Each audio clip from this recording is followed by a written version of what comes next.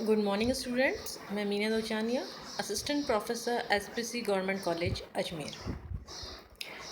BSc part second paper third physical chemistry के unit first के chapter thermodynamic first की हम स्टडी कर रहे थे, जिसमें हमने प्रीवियस लेक्चर में हम लोगों ने कि कितने सिस्टम कितने टाइप के होते हैं, open system, close system, isolated system, इन सब की हमने स्टडी की थी।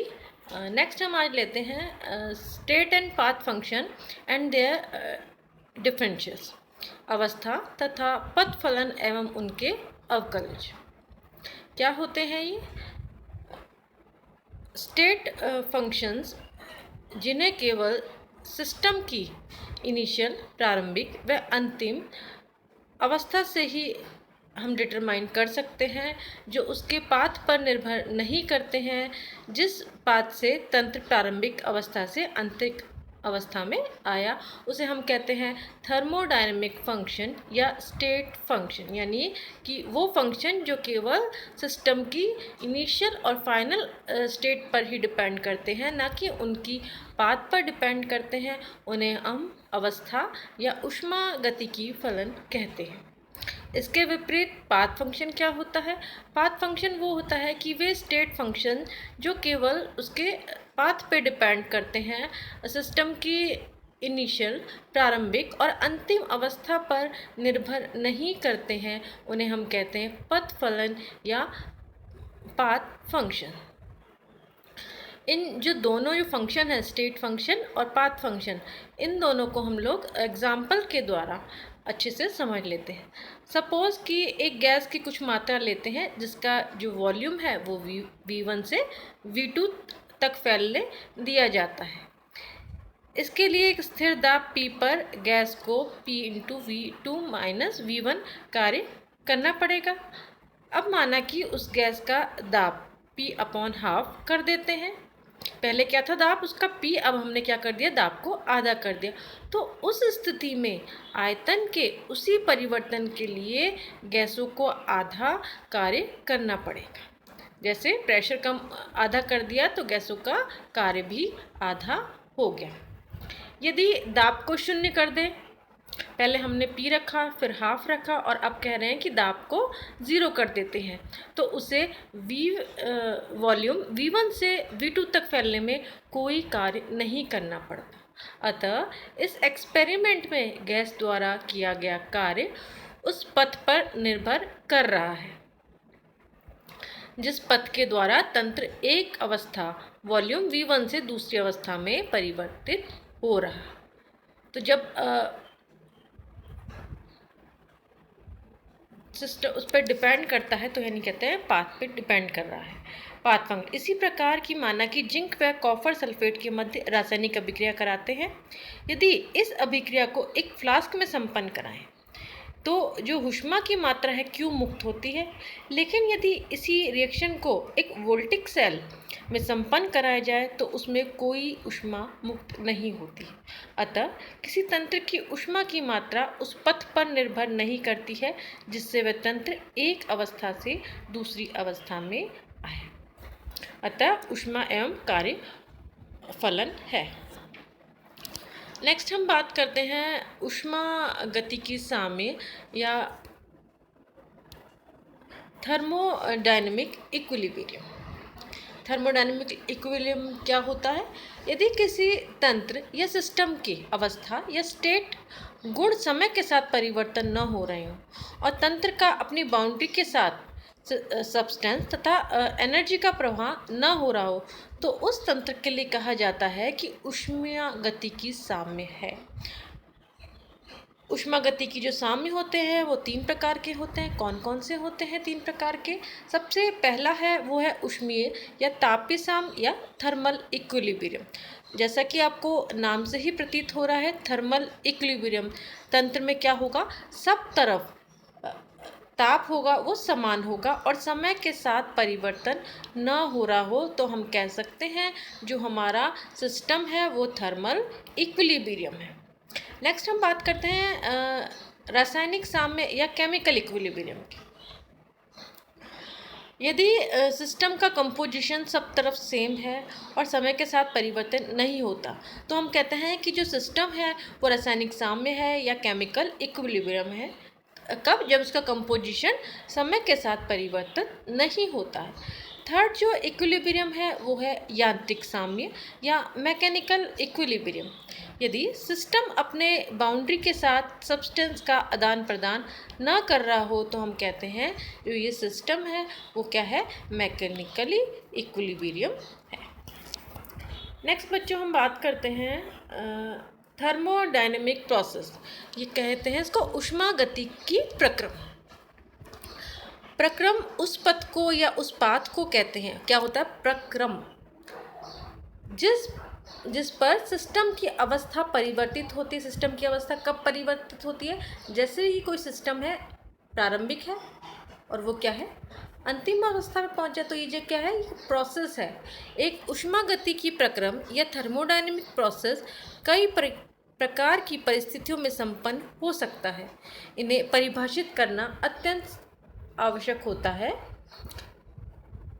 जो थर्मोडायनेमिक प्रोसेस है वो कौन कौन से जो प्रोसेस हैं? सबसे पहला हम जो प्रोसेस की बात करेंगे वो है समतापीय प्रक्रम या कैसे कहते हैं? Isothermal process. आइसोथर्मल प्रोसेस यानी कि ऐसा प्रोसेस कि जिसमें क्या हो? सब तरफ टेम्परेचर सेम हो, समान हो, अर्थात स्थिर ताप पर किया जाने वाला प्रक्रम समतापी प्रक्रम या आइसोथर्मल प्रोसेस कहलाता है। ताप को स्थिर रखने के लिए तंत्र या सिस्टम अपने सराउंडिंग से हीट का एक्सचेंज कर सकता है, क्योंकि हीट यहाँ कांस्टेंट नहीं है, यहाँ सिर्फ क्या कांस्टेंट है? Temperature constant. सेकंड हम बात करेंगे आइसोबारिक प्रोसेस, ये जिसे हम कहते हैं समदाबी प्रोसेस। इस प्रोसेस में क्या होता है? जैसे समदाबी प्रोसेस, तो क्या होगा? इसमें क्या कांस्टेंट रहेगा? इसमें रहेगा प्रेशर कांस्टेंट डेल्टा पी 0। इस प्रक्रम में तंत्र का परिवर्तन स्थिर दाब पर संपन्न होता है। दाब को स्थिर रखने के लिए तंत्र को कोई कार्य नहीं करना पड़ता है। ऐसे प्रोसेस को हम कहते हैं आइसोबारिक प्रोसेस। नेक्स्ट प्रोसेस है आइसोकोरिक प्रोसेस, या जिसे हम कहेंगे समआयतनिक प्रक्रम। समआयतनिक प्रक्रम यानी नाम से ही आ रहा है कि क्या कांस्टेंट रहेगा? वॉल्यूम कांस्टेंट रहेगा। इस प्रक्रम में कोई परिवर्तन स्थिर आयतन पर संपन्न होता है। आयतन को स्थिर रखने के लिए तंत्र पर कोई कार्य करना पड़ सकता है, यानी कार्य कांस्टेंट नहीं है। नेक्स्ट जो प्रोसेस है वो है एडियाबैटिक प्रोसेस या रुद्धोष्म प्रोसेस। क्या होता है? क्या कांस्टेंट रहेगा? हीट, ऊष्मा कांस्टेंट रहेगी। इस प्रक्रम में तंत्र न तो बाहर से ऊष्मा ग्रहण कर सकेगा, हीट को एब्जॉर्ब कर सकेगा, न ही सराउंडिंग को हीट दे सकेगा। अर्थात हम कह सकते हैं कि जो ये प्रोसेस है एडियाबैटिक प्रोसेस, उसमें हीट स्थिर रहती है। यदि कोई परिवर्तन ऊष्मा शोषी है तो उस परिवर्तन से ताप क्या होगा? वो कम हो जाएगा, और कोई ऊष्माक्षेपी है तो सिस्टम का हो टेम्परेचर बढ़ जाएगा। नेक्स्ट जो प्रोसेस है उसे कहेंगे साइक्लिक प्रोसेस या चक्रम प्रक्रम। क्या होता है? इस परिवर्तन में तंत्र परिवर्तनों की एक श्रृंखला से गुजरकर पुनः अपनी मूल अवस्था पे लौट आता है। यानी ये हमारी इनिशियल है, ये इनिशियल, ये फाइनल। अगर ये फाइनल से पुनः इनिशियल पे लौट आए तो हम इसको, ऐसे प्रोसेस को क्या कहते हैं? साइक्लिक प्रोसेस या चक्रीय प्रक्रम। नेक्स्ट बात करते हैं उत्क्रमणीय तथा अनुत्क्रमणीय प्रक्रम, reversible and irreversible process. Reversible यानी वो प्रारंभिक अवस्था में लौट आए, अगर हम सिंपल भाषा में कहें। इरिवर्सिबल यानी वो वापस उसी कंडीशन में नहीं लौटे। यदि कोई प्रक्रम इस प्रकार से संपन्न कराया जाता है कि प्रत्येक क्षण तंत्र अपनी साम्यावस्था से अनंत सूक्ष्म रूप से विचलित हो, तो ऐसे प्रक्रम को हम कहते हैं रिवर्सिबल प्रोसेस। इसके विपरीत इरिवर्सिबल प्रोसेस में सिस्टम तथा उसके सराउंडिंग के स्टेट वेरिएबल में एक निश्चित अंतर रहता है, अर्थात हम कह सकते हैं कि वे एक दूसरे के साथ साम्य में नहीं रहते। ऐसे प्रोसेस आइडियल प्रोसेस नहीं होते हैं क्योंकि इनके डायरेक्शन व इच्छानुसार कोई कार्य संपन्न नहीं होता है, जबकि रिवर्सिबल जो प्रोसेस होता है वह आइडियल प्रोसेस होता है क्योंकि इससे हम लोग जो चाहते हैं वो कार्य संपन्न कर सकते हैं। नेक्स्ट हम बात करेंगे रिवर्सिबल और इरिवर्सिबल में कंपैरिजन। सबसे पहले बात करते हैं रिवर्सिबल कि ये बहुत ही स्लो प्रोसेस होता है, और इरिवर्सिबल क्योंकि पहले इनिशियल से फाइनल स्टेट पे जाएगा, उसके बाद फाइनल से दोबारा इनिशियल स्टेट पे जाएगा, तो ये प्रोसेस जो होता है ये बहुत स्लो होता है। अनुत्क्रमण प्रोसेस की बात करते हैं रिवर्सिबल प्रोसेस की, जो कि ये वापस अपनी इनिशियल अवस्था में नहीं आता है, तो यह बहुत अधिक तीव्र होते हैं। सेकंड जो कंपैरिजन है वो है रिवर्सिबल का कि ये कई स्मॉल कंटिन्यूस स्टेप में संपन्न होते हैं, और इरिवर्सिबल में है ये बहुत ज़्यादा लार्जेस्ट स्टेप में संपन्न होते हैं। रिवर्सिबल में ये किसी भी डायरेक्शन में हो सकते हैं, लेकिन इरिवर्सिबल है वो एक ही डायरेक्शन में संपन्न होते हैं। रिवर्सिबल में हम लोग मैक्सिमम वर्क प्राप्त करते हैं, लेकिन जो इरिवर्सिबल प्रोसेस है उसमें हम मिनिमम वर्क प्राप्त करते हैं। रिवर्सिबल अपने सराउंडिंग में कोई स्टेबल चेंज करते हुए पुनः अपनी इनिशियल अवस्था में आता है, और इरिवर्सिबल अपने सराउंडिंग में कोई स्टेबल चेंज न करके अपनी इनिशियल अवस्था में नहीं आ पाता है। नेक्स्ट हम बात करते हैं ऊष्मा तथा कार्य की अवधारणा, concept of heat and work.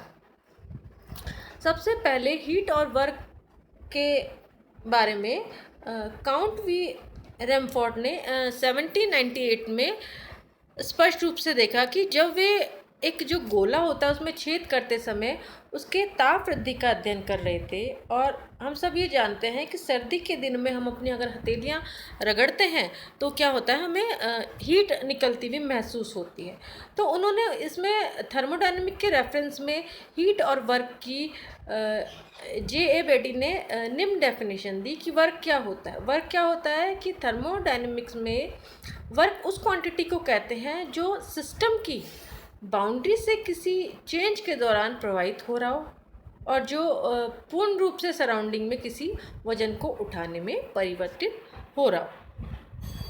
और हीट क्या होती है? हीट होती है कि ऊष्मागति में हीट को उस मात्रा को रूप में परिभाषित किया है कि जो सिस्टम व सराउंडिंग के मध्य टेम्परेचर के अंतर के कारण तंत्र की अवस्था परिवर्तन के समय सिस्टम की सराउंडिंग से फ्लो होती है। इन दो जो डेफिनेशन है वर्क और हीट, इन दो में क्या महत्वपूर्ण बातें हैं? ये फर्स्ट है कि दोनों जो सिस्टम होते हैं वो होते हैं बाउंड्री पर संपन्न होते हैं, बाउंड्री पे होते हैं। सेकंड है कि ये सिस्टम की जब स्टेट चेंज होती है उसी समय दोनों प्रकट होते हैं। और थर्ड है कि वर्क है वो सराउंडिंग में हुए परिवर्तन के रूप में प्रदर्शित होता है, जबकि सराउंडिंग में हुए किसी परिवर्तन से ऊष्मा का प्रदर्शन होता है। सराउंडिंग में हुए कार्य की मात्रा mgh के बराबर होती है, जहाँ m होता है उठाए गए वजन का द्रव्यमान, g गुरुत्वाकर्षण बल और h का है ऊंचाई जहाँ तक वजन उठाया गया। ये दोनों बीजगणितीय मात्रा हैं जिनका जो वैल्यू होती है एल्जेब्रिक क्वांटिटी हैं, जिनकी वैल्यू नेगेटिव और पॉजिटिव दोनों हो सकती है। तो बच्चों आज तो हमने वर्क हीट के बारे में बात की, प्रोसेस के बारे में बात की। नेक्स्ट क्लास में हम थर्मोडायनेमिक फर्स्ट लॉ क्या होता है, उसकी क्या क्या प्रॉपर्टीज़ होती हैं, इंटरनल एनर्जी किसे कहते हैं, change energy at constant volume, इन सब की स्टडी हम नेक्स्ट क्लास में करेंगे। Thank you.